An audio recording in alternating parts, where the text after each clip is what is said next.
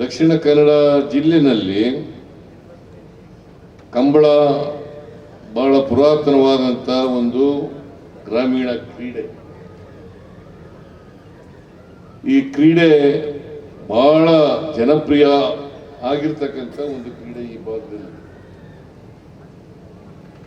ಬಹಳ ಜನರು ಇಲ್ಲಿ ನೆರೆದಿರ್ತಕ್ಕಂಥ ಜನರನ್ನು ನೋಡಿದಾಗ ಗೊತ್ತಾಗತ್ತೆ ಬಹಳ ಜನಪ್ರಿಯವಾದಂಥ ಕ್ರೀಡೆ ಇದು ಅಂತಕ್ಕಂಥ ಮಾತುಗಳನ್ನು ಹೇಳಲಿಕ್ಕೆ ಬಯಸ್ತಾ ಇದ್ದಾರೆ. ಸುಪ್ರೀಂ ಕೋರ್ಟ್ನವರು ಈ ಕ್ರೀಡೆಯನ್ನ ನಿಷೇಧ ಮಾಡಿದರು.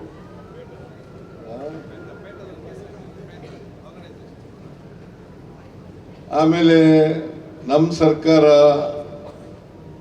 ಆ ನಿಷೇಧವನ್ನ ತೆರವುಗೊಳಿಸಿ ಇವತ್ತು ಕ್ರೀಡೆ ಮತ್ತೊಮ್ಮೆ ಈ ಕಂಬಳ ಕ್ರೀಡೆ ನಡೀಲಿಕ್ಕೆ ಶ್ರಮಿಸಿದವರು ನಮ್ಮ ಸರ್ಕಾರ ಅಂತಕ್ಕಂಥದ್ದನ್ನು ತಮಗೆ ತಿಳಿಸಲಿಕ್ಕೆ ಬಯಸ್ತಾ ಇದ್ದೇನೆ. ಕಂಬಳ ಒಂದು ಜನಪ್ರಿಯ ಗ್ರಾಮೀಣ ಕ್ರೀಡೆ.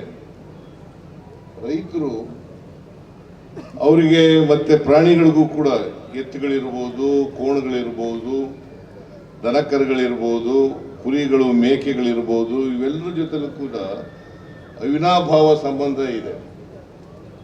ಈ ಸಂಬಂಧದ ಫಲವಾಗಿ ಇವತ್ತು ಈ ಕಂಬಳ ನಡೀತಾ ಇದೆ ಅಂತಕ್ಕಂಥದ್ದನ್ನು ಹೇಳಲಿಕ್ಕೆ ಬಯಸ್ತಾ ಇದ್ದೇನೆ. ಮತ್ತೆ ಈ ಕೋಣಗಳು ಸಾಕೋದಿದೆಯಲ್ಲ, ಬಹುಶಃ ಅವ್ರ ಮಗನ್ನೂ ಕೂಡ ಅಷ್ಟೊಂದು ಲಕ್ಷ್ಯದಿಂದ ಸಾಕ್ತಕ್ಕಂಥದ್ದನ್ನು ನಾವು ಕಾಣಲಿಕ್ಕೆ ಸಾಧ್ಯ ಇಲ್ಲ.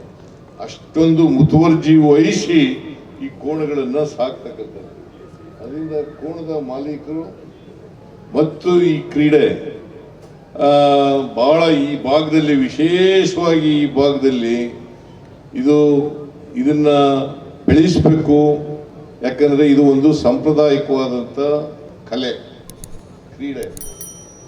ಈ ಕ್ರೀಡೆಯನ್ನ ಬಹಳ ವರ್ಷಗಳಿಂದ ತುಳುನಾಡಿನ ಜನ ಇದನ್ನ ಉಳಿಸ್ಕೊಂಡು ಬೆಳೆಸ್ಕೊಂಡು ಬರ್ತಾ ಇದ್ದಾರೆ.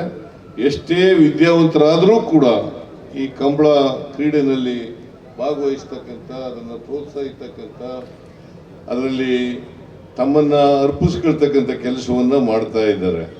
ಅದಕ್ಕೋಸ್ಕರನೇ ನಾನು ನಮ್ಮ ಸರ್ಕಾರ ಇದ್ದಾಗ ಇದನ್ನ ಉಳಿಸಬೇಕು, ಬೆಳೆಸಬೇಕು, ಇದು ಒಂದು ಸಾಂಪ್ರದಾಯಿಕವಾದಂಥ ಕ್ರೀಡೆ ಅಂತಕ್ಕಂಥ ಕಾರಣದಿಂದ ಇದನ್ನು ಉಳಿಸ್ತಕ್ಕಂಥ ಪ್ರಯತ್ನವನ್ನು ಮಾಡಿದ್ದೇನೆ.